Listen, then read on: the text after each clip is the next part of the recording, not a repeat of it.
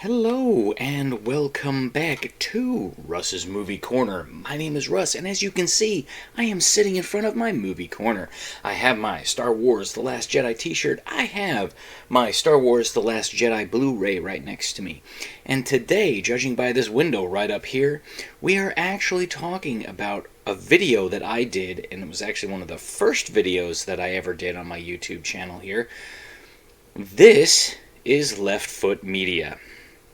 I'm actually redoing this because I realized when I sat down, because I hadn't really gone back and watched some of my older videos in a long time, and I'd kind of been thinking about it, and I was like, I probably should take a look at some of those and see if maybe there were some things I could have added or some things that I could have done. And at the time, I didn't realize that if I add the little fair use notice in front of the video, that I couldn't show the video because I hadn't done that yet. I was brand spanking new to this stuff. I hadn't really done it. And so I decided that I would sit down and kind of watch through the video again, see what mistakes I made, see what I did wrong, what could I improve. Now that episode 9 is out, is there some things that I could add that we now know the answers to, that back then when I did it, which was like 2017, 2018 time frame, when I first did this video, it was like, is there something now that I could add? And also I have as well the Star Wars Episode 9 Rise of Skywalker Visual Dictionary, so which was something that I didn't actually have at the time. And I still have my Force Awakens and Last Jedi visual dictionaries as well.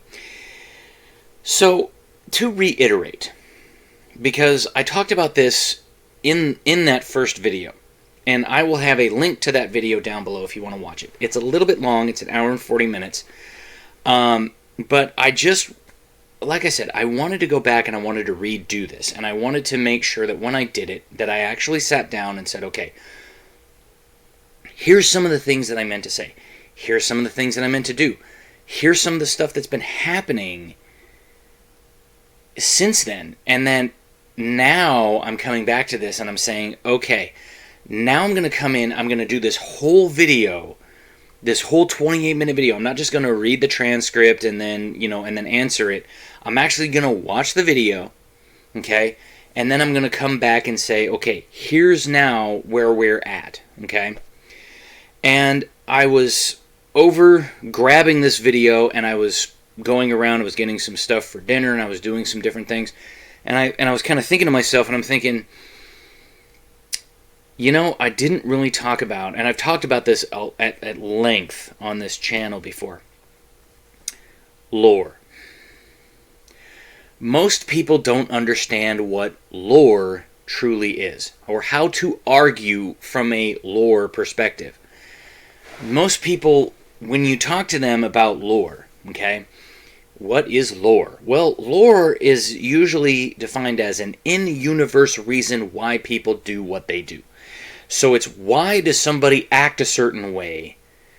What is the context? Why does that work? Why does this not work? Why should this work? Why shouldn't this work?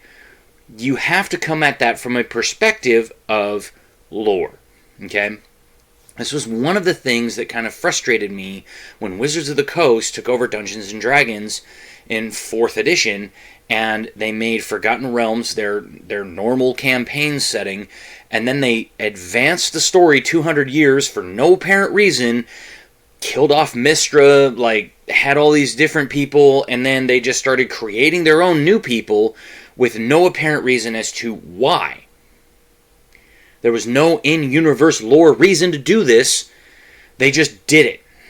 And people were like, what the hell is going on? And regardless of whether you like 4th edition or not, or whether you like 5th edition, or whether you like 3.5 or 3rd edition or 2nd edition or 1st edition, it doesn't matter.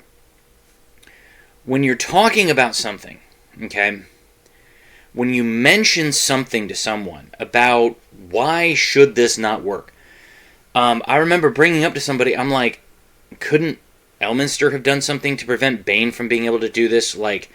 Was it the Zentarim that created this problem? Did they summon Bane and then Bane happened to, get angry at Mystra and kill her, and that's what's undoing the weave. Like, I don't understand why this is going on. Because there was no in-universe lore reason to do so. That being said, in Star Wars, one of the things that you have to understand is that canonicity has always been an issue for people. What is canon? What isn't canon? What should be considered canon? Why is that considered canon, but this isn't considered canon? Why do people hate this book or love this book, or, hate this comic series or love this one? Nobody really has a good answer for why that is. Okay? And it really stems from the fact that when I was in high school, okay, middle school, high school, in the mid-90s, okay, this was before Episode 1 was even a thing, okay, I was reading through the Thrawn trilogy, and I was having a good time reading through it. And a guy, like, I was mentioning, that I've been reading these things, that I've been watching the movies, that I've been doing all this stuff, and this one guy was like, well, that's not actual canon. And I'm like, what the hell are you talking about? What is canon? And he goes, well, canon is what's considered, like, an actual part of the story. And I'm like, it's Star Wars. It says Star Wars right on it. Why would it not be considered part of the story? And he's like, well, it's not considered part of the story because it's not part of the story. You don't understand. And I'm like, what's there to understand? And he's like, well, there's 3 levels of canon. I'm like, what are you talking about? And he's like, there's G canon, which are the movies, okay? That's it. The movies, that's it. It's created by George Lucas. That's why it's called G canon. And then there's N canon. That's anything that's around that. So, like, some of the video games, some of the novels, like Splinter of the Mind's Eye, stuff like that, that's all N canon. And then S canon is everything else. And I'm like, what? And it was the first time that I'd ever heard this before. And this was back when the internet was still in its infancy. It's not like it is today, where the internet is everywhere, and you can go out on, like, Wikipedia, and you can download, the entire Legends EU list, and you can look at every single book that's ever been made up until Disney buyout, and then they turn that into the Legends EU canon, and you can go, oh, okay, so this book was this, and this book was this, and this book... There was nothing like that back then. Okay, it was the Wild West. Everybody had their own version of... this is canon, that's not canon. Nobody had a set, like, this is how we're going to do things, and this is how things are going to work. At least until after Episode 1 came out. And then, Lucas Books created these books, which are, they called them the Essential Chronology. They have the Essential Atlas, they have... like the Essential Guide to Vehicles, they have the Essential Guide to, characters, and they released a new one about every 3 to 4 years, okay? This one came out in, I believe it was 2006?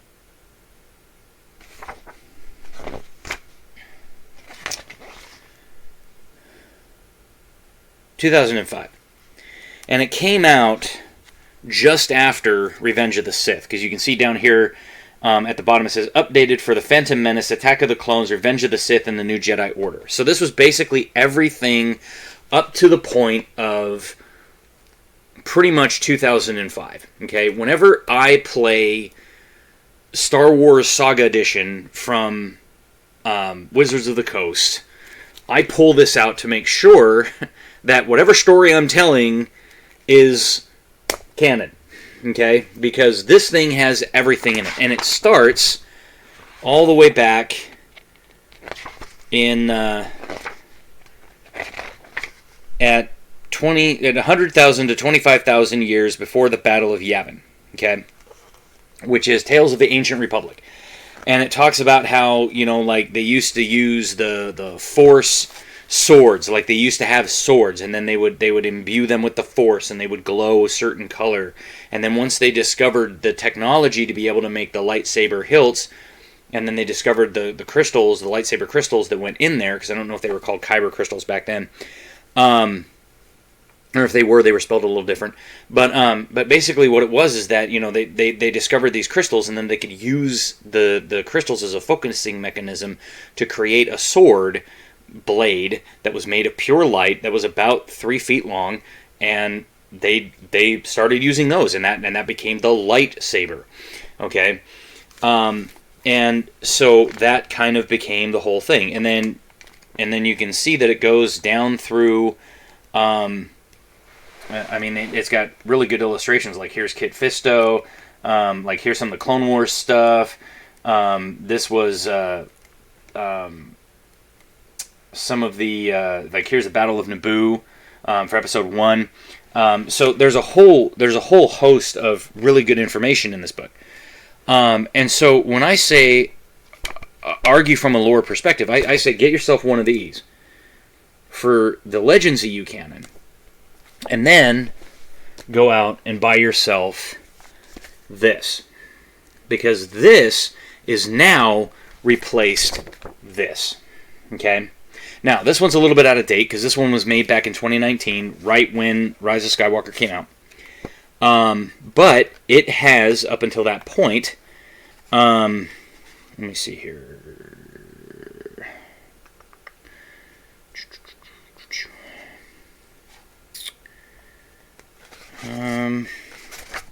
Yeah, it has the brand new timeline.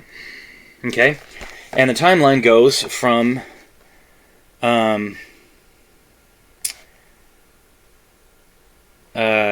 basically, Senator Palpatine of Naboo, secretly Sith Lord Darth Sidious, elected as Supreme Chancellor of Galactic Republic in 66 BSI, which is Battle of Starkiller Base. Okay? And then it goes down through all of the different events, all the way to the beginning of Episode 9. Okay? And basically, what that's doing is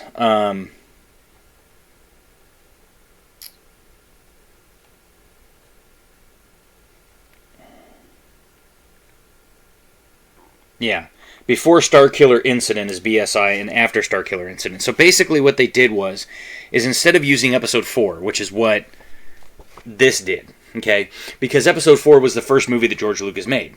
So they used the Battle of the Yavin as a turning point, basically. And they said anything that happens before the Battle of the Yavin, or BBY, that's what, everything before that is BBY. And then everything after that is ABY, after the Battle of Yavin. And this one, they decided that they would just use Starkiller Incident, which was the Battle of Starkiller Base. Okay? Which was Starkiller Base destroys the Hosnian system, and the Resistance destroys Starkiller Base with the help of Finn and Han and Chewie and Rey. Okay, so when I say use lore, that's what I mean. Okay, you have to come up with reasons and things of why lore works the way it does. Okay, now another thing that you have to understand is that. And I showed this in the previous one. This is one of my favorite books of all time, of Star Wars, okay? It was written by Steve Perry, and he wrote probably my all-time favorite Star Wars novel of all time, Shadows of the Empire. That novel was magnificent, because it perfectly took, like, right after, Luke is still recovering from his battle with Vader and having his hand chopped off and learning the terrible truth, and he's still coming to grips with it. And it perfectly encapsulates that moment all the way up to the beginning of Return of the Jedi. Up to and including him building his new lightsaber, turning it on, being able to use it effectively, and becoming a Jedi Knight, basically. Okay? And so, Michael Reeves, along with Steve Perry, wrote this book called Death Star. And basically what it was to kind of bridge some of the events between Episode 3 and Episode 4. Because at the end of Episode 3, we see the skeleton frame of the Death Star. In Episode 4, we see the Death Star completed. Right? and we didn't know, like, how did that happen? How did it work? Who built it? Like, what happened? That's what this novel does, and it's so perfect. Again, just like with Shadows of the Empire, it perfectly bridges those two movies and even takes you through the events of Episode 4 from different perspectives around the Death Star. So, like, you go read this and then go watch Episode 4 and you'll go, holy wait, was that character in here? Oh my god. How the... What? Okay? That's what I didn't perfectly encapsulate last time. Is that this book is really, really good. Okay? Now, in all these Legends EU books, okay, and I showed this off the last time, was this timeline. Okay? And what this timeline did is it took you through, basically, here's a book right there that's like 25,000 years before the Republic, or before the Battle of Yavin. And then here's some of the books from like the old Republic. And then here's Rise of the Empire, right, which is Episode 1, Episode 2, Episode 3. And it even puts, like, here's Star Wars Episode 1, and then here's Episode 2, Attack of the Clones, and then here's Star Wars The Clone Wars, okay? Because that was, and I showed this off in my Dune video, but that was this movie, okay? And that was that TV series. Because I believe at the time that this book was reprinted, that's what it was. And then it shows you all of the different books that came out during the Clone Wars, and then here's Episode 3. And then here's a whole bunch of new books that encapsulate all of that stuff. And then right up here at the top of this page is Death Star, and then here's Episode 4. Okay, because that's where Death Star takes place. Death Star takes place as they're building the Death Star, and then it goes through the events of Episode 4. Okay? And then you have the Tales series, and you have a whole bunch of other ones. Here's the Scoundrels one that I showed off. And then it comes down here. Here's Episode 5. Okay? And then here's Episode 6. And then here's Truce at Baccarat, which was the first one that was supposed to be taking place right after. And then up here you have X-Wing, and then you have the Thrawn trilogy, the Jedi Academy trilogy, I, Jedi, Darksaber, the Black Fleet Crisis, the Corellian trilogy, all those. And then down here is where all the new Jedi Order stuff is, and then this is all, and then over here is all the Legacy stuff. And then, and then it got all the way down to whatever. And so, basically, what that did is it gave you a starting point. So if you wanted to know what was the inciting incident for Episode 2, like what were they talking about right before Episode 2? So you would look up, when he says, Master, when you fell into that nest of Gundarks, that kind of stuff. Then you look in here and you see The Approaching Storm, okay, which is the book that was written right before, that's kind of the prelude that leads into episode 2, okay? You go buy that book, you read it, and then you go watch Episode 2 and you go, oh, that's what he's talking about. Okay, that makes a little bit more sense. See what I'm saying? And then, like, if you wanted to know, like, what happened almost right before Episode 3, why was the Chancellor kidnapped? What happened, right before? Why did when Obi-Wan says that incident on Cato Nemoidia doesn't count? Well, you look and you see, Labyrinth of Evil. Okay, well, let me look at that. So you read that book, and then you go watch Episode 3, and you go, that's what Obi-Wan was talking about. Okay, that makes a little bit more sense. Because I watched Episode 3 in the theaters like 3 or 4 times, and I was like floored when I saw that. And because I went back and I read the book, Labyrinth of Evil, and I went, oh my god, is that... Whoa!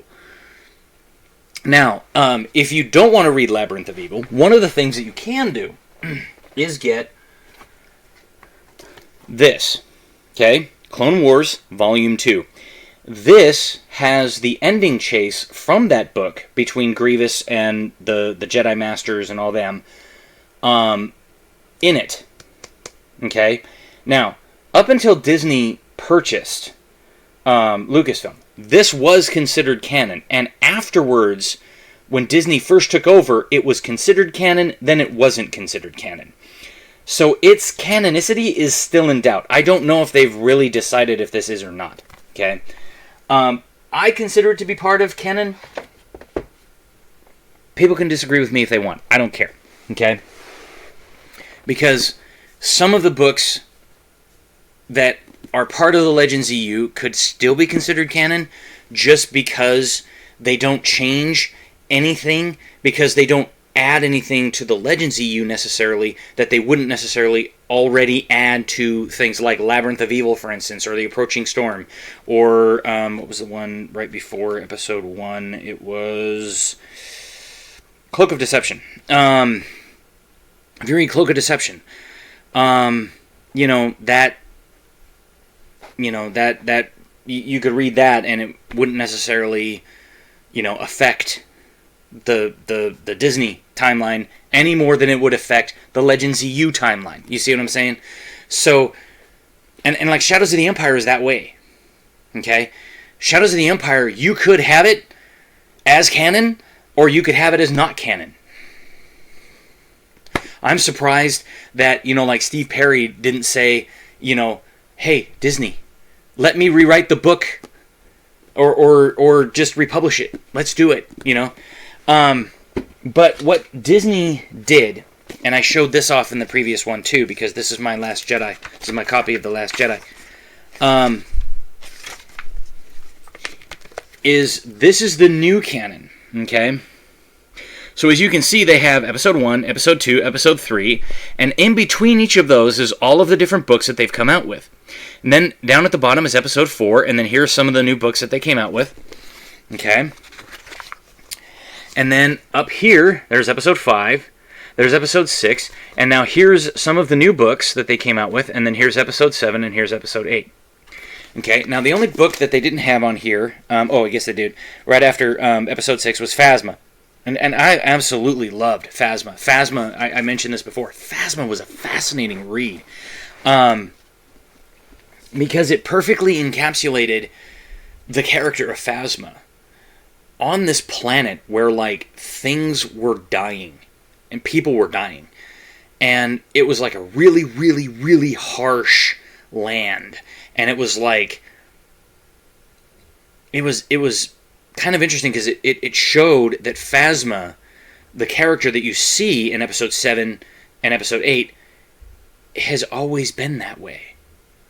And then there was a Marvel comic called Captain Phasma, which was also an in-between from 7 to 8, that tells the story of how she got out of the trash compactor and basically how she blamed the shields lowering on Starkiller Base on another First Order officer to cover her own ass. That's how ruthless she is. And then, after she kills the guy, after the guy confesses that Phasma was the one that killed him, she kills that guy, and then she sees that the pilot that she landed with heard. So then she kills the pilot too. I mean, it was, oh my god, she's a ruthless bitch. I mean, it was holy shit. I love it, though. It was so good. Phasma is a great character because of that. I mean, she was just this awesome character. That being said, okay, let's jump into this. And I'm going to let him talk for a few minutes, and then I'm going to kind of let him do his introduction, and I might stop it here and there. We'll see. And then we'll kind of go from there.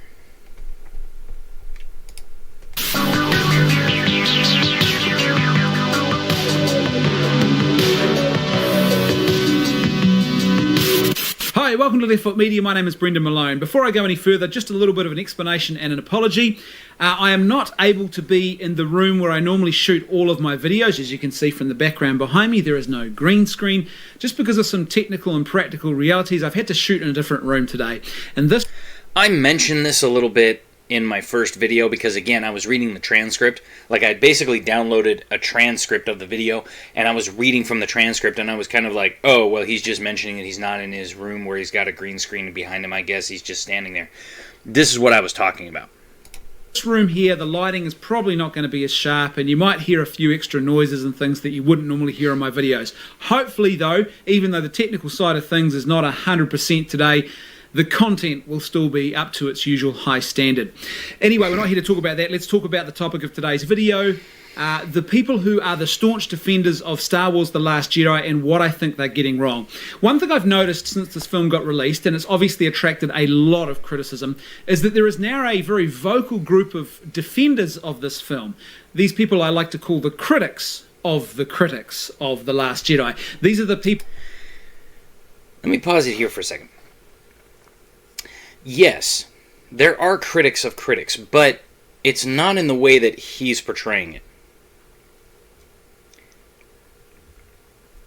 We are the fans.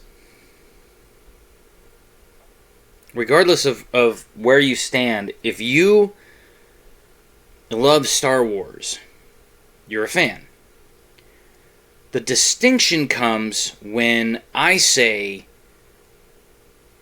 I love Star Wars, no matter what. And you say, I only love Star Wars when it meets my expectation of what I think Star Wars should be. You're not a fan. You're picking and choosing. And I mentioned this before, but this was a great film. This is JJ's Trek, okay? It was an awesome fucking film. Love this film. Still do. And I love its sequels, Into Darkness and Beyond. They're great. But there are some out there who think that, and there are some, Trekkies out there that think, and I'm going to use the name Trekkie because that's what they are. They're not Trekkers, they're Trekkies. They've always been Trekkies. They change their name about every 2 or 3 years. They call themselves Trekkies. Then they call themselves Trekkers. Then they call themselves Trekkies again. You're a Trekkie! Shut the fuck up! I'm the Trekker because I'm not the diehard fan. You're the Trekkie, you're the diehard fan. But anyway, Trekkies out there were divided on this because some of them, like my friend, okay, that I mentioned before in that video, loves this film too. Okay, we both loved it. We thought it was great. But then there are some Trekkies out there that are like, oh, it's the dumbest thing ever. J.J. Abrams doesn't understand anything, man. And they have all these dumb reasons that they can't name one lore-related reason why this movie sucks. They just hate it because it's different. I mean, hell, you couldn't ask for a better cast to replace the people who were there. I mean, hell, just look at Zachary Quinto. My God, the man looks exactly like Spock. The first time I watched the preview for this film, I went, is that a young Leonard? Wait, who the fuck is that? And people were like, that's Zachary Quinto. I'm like, who the fuck is that? I'd never seen Heroes. I didn't know who the guy was. I'm just looking at that and I'm going, that's a young Leonard. Wait, who the hell is that guy? But that's what I mean. Okay? If you're going to argue from a lore-related perspective, you have to go from what has been and what is. Okay? And why isn't it meeting what the lore says? And so far, I have yet to have one critic of The Last Jedi argue that anything in the movie is not lore-related. Because every time they brought something up, I just trounce them with the lore, and then they go, oh, but it just sucks. And I'm like, yeah, that's your opinion, and you're entitled to your opinion, but that's not a reason why the movie sucks. That's not a lore-related reason why the movie sucks. That's just your opinion. And don't shove that opinion on other people and expect us to just swallow it. Because it's not truth. people who liked the film to varying degrees and who are now going out of their way to try and defend the film and make all sorts of claims about how good and deep and nuanced and profound they think this film actually is. Okay, no one ever said that. And I mentioned this before in my previous video of this, okay? No one ever said that. Okay, we're not saying, oh, it's so deep and profound. No, we're saying you haven't actually watched the film. And we're going to get into that in his first reason. The problem comes in when you are trying to claim. You're putting words in our mouth by saying, oh, we're saying it's so deep and profound. No, we're not. We're saying it's a good film, and you should watch it as such. Or have your opinion, shut your fucking cake hole, and let us enjoy it. That's what we're saying. In this video, I want to explore 6 common things that I'm hearing from that group of people, the critics of The Last Jedi, and these 6 common fallacies that I hear and I see being shared around the internet left, right, and centre, and why I think they just don't stack up. So the first fallacy is this. You'll hear people saying, you've got to watch this movie more than once, and if you watch it more than once, you'll really get it, you'll understand. No, this is not a piece of high art. This is not high concept, indie, multi-layered, impressionist art film. This is a pretty basic sort of blockbuster fantasy film. Yes, it is. And that's not the reason why we're saying you should watch it multiple times. We're saying you should watch it multiple times because the first time you walked into that theater, you had your bar of expectation way up here, and the movie delivered, and it didn't deal what you wanted, and so you went, oh, it's just shit, boom, and you turned your brain off, and you didn't watch the film. Then you walked out and thought, gee, that film sucked, and I don't really like it, and this is the reason why I don't like it. But you can't come up with one lore-related reason as to why you don't like it. That's the point. I didn't articulate this well last time. But this time I am, because I am here to just pound this dude into the ground, once and for all. Okay? Because I've seen so many videos, and maybe I should do a couple more of his videos, just to pound this guy even further into the ground, lore-wise. Because he has a bunch of videos. Oh, TLJ Luke isn't like Return of the Jedi Luke, and all this kind of garbage. And it's like, dude, shut the fuck up. You don't even know. Judging by this video that we're watching, this one right here, judging by that video, you have no clue what Star Wars actually is. And you didn't watch this film. When we say you should sit down and watch the film again, we're saying, I tell people this all the time on my channel, go back and watch my video.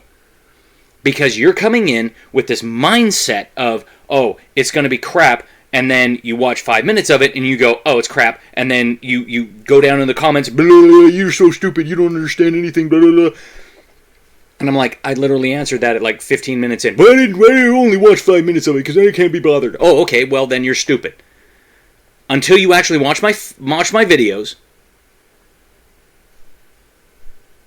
I can't do anything to help you, because you're ignorant of what I actually say. Because you're not watching my video. So go back and watch my video all the way through, find the points that you think are bad, and then post them up in the comments, or make a video response and drop it in the comments. I don't fucking care. Same thing with this guy. You're not actually watching The Last Jedi. You're doing the same thing that Mr. Reagan did, just from a different angle. Mr. Reagan watched it from an anti-SJW standpoint. He turned it into this, oh, it's this whole SJW bullshit movie. You came at it from the other standpoint. You came at it from the, oh, it didn't meet my expectations, so it sucks. Which is the same argument I've been hearing ad nauseum for 20 fucking years. Ever since this movie came out. Same damn argument. Oh, it sucks. Oh, I don't like it. Oh, it's not Star Wars. Shut the fuck up. Watch the fucking film. In fact, I said this in the original one. When episode 7 came out, I said, you know what? This is going to become okay. And episode 7 is going to become the new episode 1. People are going to rag on episode 1, they're going to rag on episode 7, they're going to rag on episode 8, they're going to rag on episode 9, and we're going to be right back in the same damn fight that we were with the prequels. And then they're going to say, oh, the prequels are great. Oh, yeah, the prequels were awesome. And guess what? As soon as episode 7 dropped, I saw no less than probably 25 articles from different publications who had just a few months before why the prequels were the worst shit ever. Oh my god, the prequels are so good! You fucking hypocrite.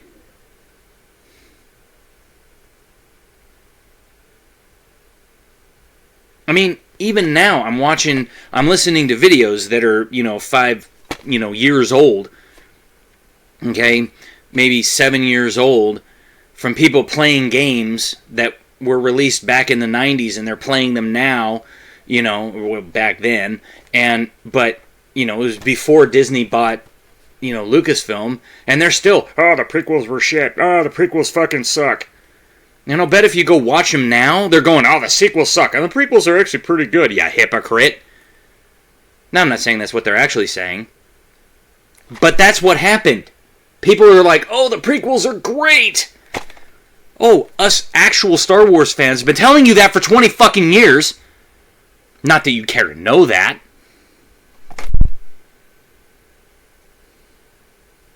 No one ever said these were high art. You're putting words in our mouth, Brandon.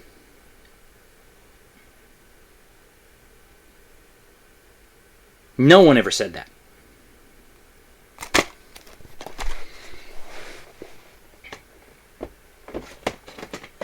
What we are saying is, if you're an actual Star Wars fan, watch the film from a lore perspective.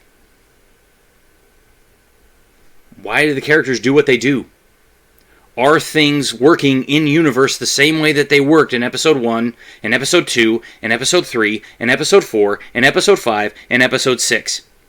Yes? Okay. Don't know what else you want.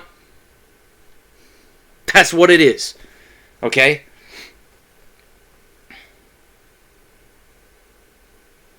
Now, I want to issue one minor correction.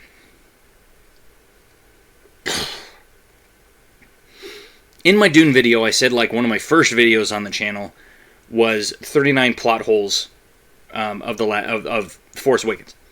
It wasn't. It was 15 things wrong with... it was a Screen Rant article, but it wasn't the 39 plot holes. It was 15 things wrong with... It was a Screen Rant article entitled something like 15 Things Wrong with The Last Jedi. And, again, thoroughly trounced it. Okay? And that one I actually did a lot better on because it was just an article. I was just reading the article and then responding to it. It wasn't like this one where I actually had a video and I should have been playing the video. But again, I didn't know how to do all that stuff yet. So bear with me. I was a brand new YouTuber and I really hadn't done any videos up until that point. Okay? You shouldn't have to watch it more than once. What's really going on there is that people watched it once and they were shocked and disappointed by it. They went back a second time, and this time their expectations were so low because they were so disappointed that now I think what's happened is they've actually started to accept or turn a blind eye to what are the blatant problems in this film. No. No. That may have been your experience, but that wasn't my experience. My experience was I walked out of the film going, damn, that was awesome. That was my experience. Okay? I was not sitting there going, oh, wow, that was so bad. Well, maybe I need to watch it again. No. I saw it once with a group of friends.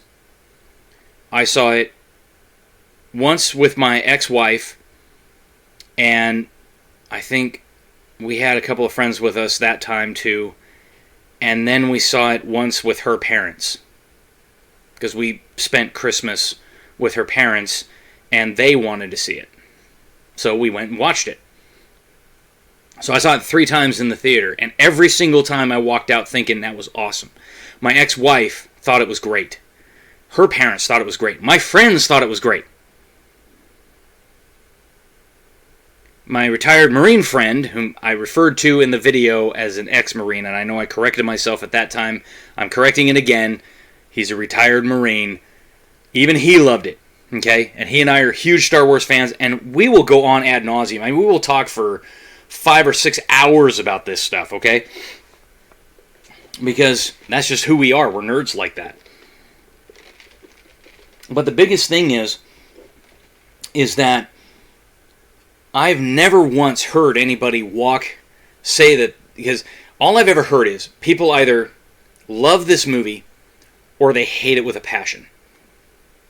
I've never once heard somebody go, well, I went in and I was so thoroughly shocked and appalled by this film that the next time I went in and saw it, wow, it just was great.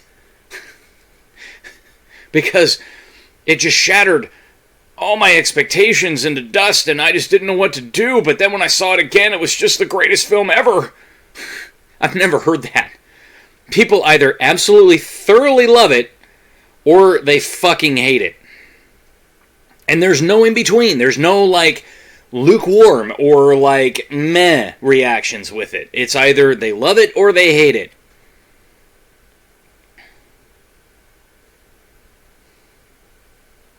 Yeah. So, I don't know where this guy's getting this from. But that's not why we're saying watch it multiple times. Because, oh, it was bad the first time you watch it, but the second time you watch it, it'll be okay, because, your expectations are going to be pretty low. No, that's not why we're saying that. We're saying your bar of expectations was so fucking high that the movie delivered, but it didn't deliver what you wanted. And we're going to get into that. As I said, this is not multi-layered. This is not nuanced filmmaking. This is not like, say, No Country for Old Men, where you sit down and each time you watch it, you get something new out of it. You see something different. I wouldn't necessarily say that. There have been times where I've sat down and watched movies, and even movies like Die Hard, or Cliffhanger, that I noticed something that I didn't notice before. Now, I'm not saying that's every time I watch it. It's sometimes I'm maybe paying a little bit more attention than I did the previous time. But, like, even a movie like Inception, Inception's not a high art film. It's not a nuanced, layered film. It just has a lot going on. And if you're not paying attention, you're gonna miss things that are important to the plot, and you're not gonna know what's going on. Eventually, you're gonna get to the point where you're like, wait, which layer was that? and if you're not paying attention, if you haven't seen it a bunch of times, you're gonna look at it and you're gonna go, oh, what's going on? I don't understand.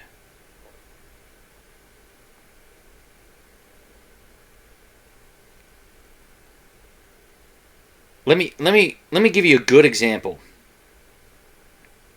of somebody changing source material and having to watch the movie multiple times to understand what the fuck is going on.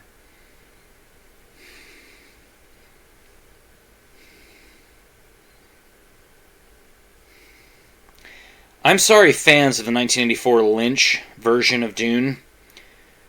It sucks. Because it's not Dune. It says Dune, has the same basic plot, but it has nothing to do with the actual source material.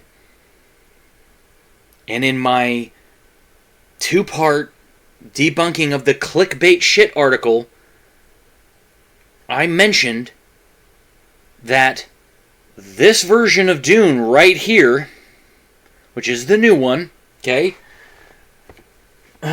This version, Denis Villeneuve's, is the most accurate portrayal of the book we've seen thus far. And that's because Denis Villeneuve understands lore. Understands that when you have something that is beloved to the fans, you need to give the fans what they want to see. Or they're going to say, it's bullshit. Now, there are plenty of people out there that hate this version, the 2000 miniseries. Okay? They love the new one, but they hate the 2000 version because they think it's just, as I said, they think it's high schoolers playing. Fine. You're welcome to think that. But that's not a lore-related reason.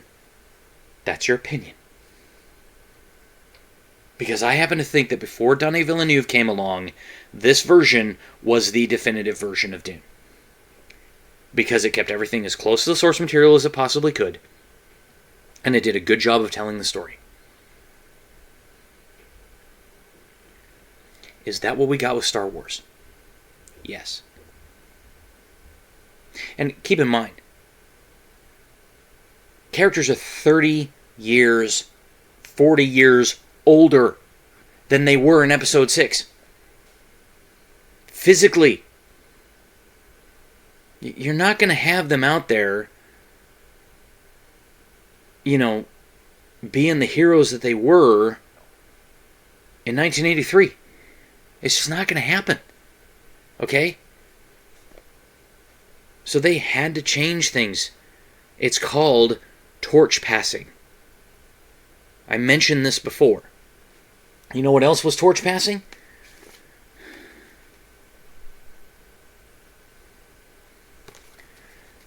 They had that scene in the very end where Spock, young Spock, played by Zach Quinto, walks up to old Spock. He thinks it's his father. He's like, "Father," and then he's like, and then Spock turns around and he goes, "It's Leonard Nimoy. I'm not our father." And he's like,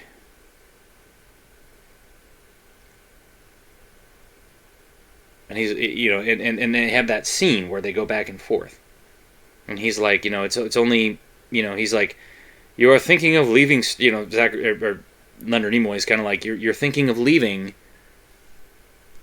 Starfleet, and he goes, "Well, it's only logical that, when faced with extinction, I should, help preserve the race." And he goes, "Yet you can be in two places at once, dude. Remember, I'm you. Just older now." Because Leonard Nimoy wasn't going to be able to play that role the way that it needed to be played. So they needed a younger person that could carry the torch. That's what they call torch passing. So they introduced new characters to us. And then they gave us the old characters. Okay? And they didn't want those old characters to be hanging around, dragging the story, kicking and screaming the whole way. They wanted those characters to basically say, guess what? Our time in the galaxy is done. Now it's on you. You're the light, you're the hope, you're the future. Go. That's what it was. And the first film revolved around Harrison Ford, with a little bit of Carrie Fisher. The second film revolved around Mark Hamill, with a little bit of Carrie Fisher. The third film was supposed to revolve around Carrie Fisher, but her untimely death in 2018 put a kibosh on that. So J.J. Abrams had to sit down and restructure the story. And everybody was like, "Oh, are you going to throw everything out that Rian Johnson did?" And he said, "No. Rian Johnson didn't make any mistakes. Why would I throw anything out?"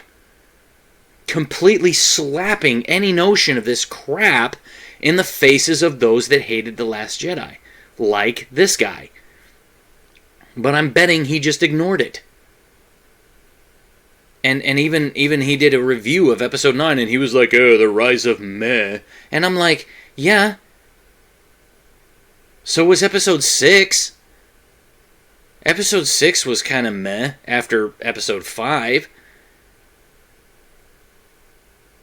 It's always hard to do a resolution when you have a revelation of such magnitude and the person that is pivotal to your story dies. It's unfortunate, but it happened. I think Carrie Fisher was probably going to have a moment where she was going to reach out through the Force and have a conversation with her son and do this whole thing, okay, where, you know, and then afterwards she was probably going to pass away, and then that was where you were going, because Harrison Ford had already confirmed that he was coming back to reprise his role as Han Solo. We saw that scene. Okay? They kept that in there. But that's the point, is that this guy doesn't really understand. The world doesn't revolve around you, son. Sorry to say.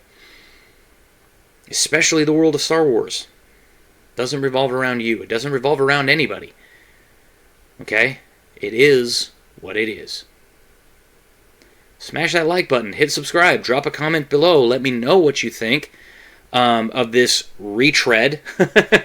I will have a playlist, and I will have a link to the original video, but I will have a playlist with the original one at the top, and then I will make, you know, all the successive episodes will come in. So you can watch my unprofessionalism in the first video, and then you can come and watch this one and go, he's making a lot better sense now. Mostly because I know what I want to say and I know what I want to talk about. Okay, I have a much easier time in front of the camera now because I've been doing it for so long that I'm just like, hey, I know how to do this. So, again, you know, I hope that you guys can do this. And if you want to see me do another takedown of, like, maybe some of his more lore-related videos where he tries to compare and contrast Luke from, like, say, the Last Jedi and Rise of Skywalker and that kind of stuff, post it down below. I might even do it anyway, just because I might want to see, you know, I might download and watch the video just to see what it is, and then if I need to respond to it, I can. But, you know, I mean, it is what it is, and I'm trying my best to, you know, make it work the way that it is, and I'm hoping that, you know, everything will fortunately work out, but, you know, we'll see what happens.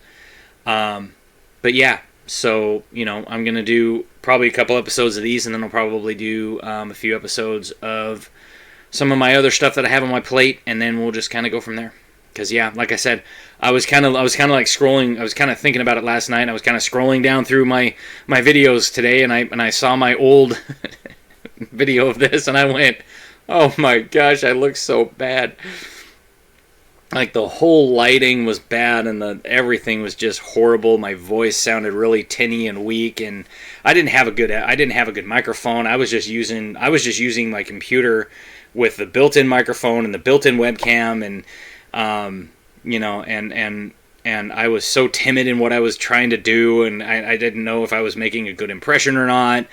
So, yeah, it looked really unprofessional. So I thought, you know, I probably ought to go back and actually do it again, because I think this would probably be a good time to just sit down and say, okay, here's what's going on, folks. Okay, so I hope that you will find this more entertaining than the first one, and these episodes will be a lot shorter than the first episode, than the first video that I did. So, yeah, as we say, we will see you on the next one.